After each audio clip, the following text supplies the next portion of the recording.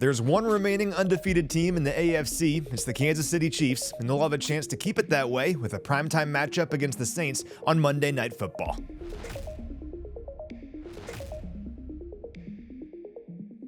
Now, the Saints started the year red hot. They scored a league most 91 points through the first 2 weeks of the season, just clobbering the Panthers and the Cowboys. Not so much the last couple weeks, though. They've lost both of those games to the Eagles and the Falcons, and they've scored just 36 points, averaging 18 points per game. That ranks 21st in the NFL. But don't let that fool you. This offense has a lot of firepower when it's hitting on all cylinders, and the number one guy the Chiefs have to stop on Monday night is running back Alvin Kamara, and what a season he's having.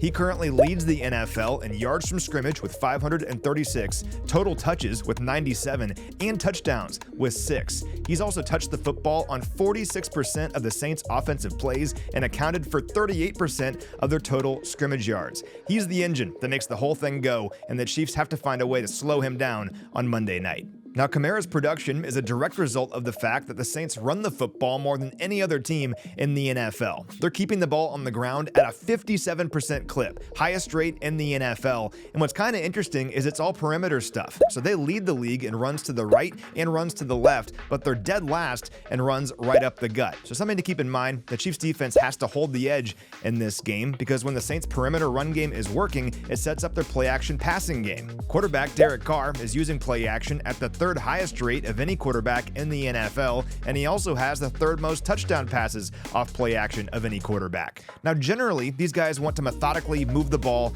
down the field. They rank in the top 10 of drives of 10 or more plays and possessions that eat up at least 5 minutes, and they only have 8 plays of 20 or more yards. Only New England has fewer, but still, they'll take their shots from time to time when everything is on schedule. We definitely saw that early on in the season during their first 2 games, so slowing down their rushing attack, and as a result, their play-action passing game is critical on Monday. Now, the good news for the Chiefs defense is they continue to bottle up opposing running backs this year. And I bring this up like every week now, but I have to because the numbers just keep getting better.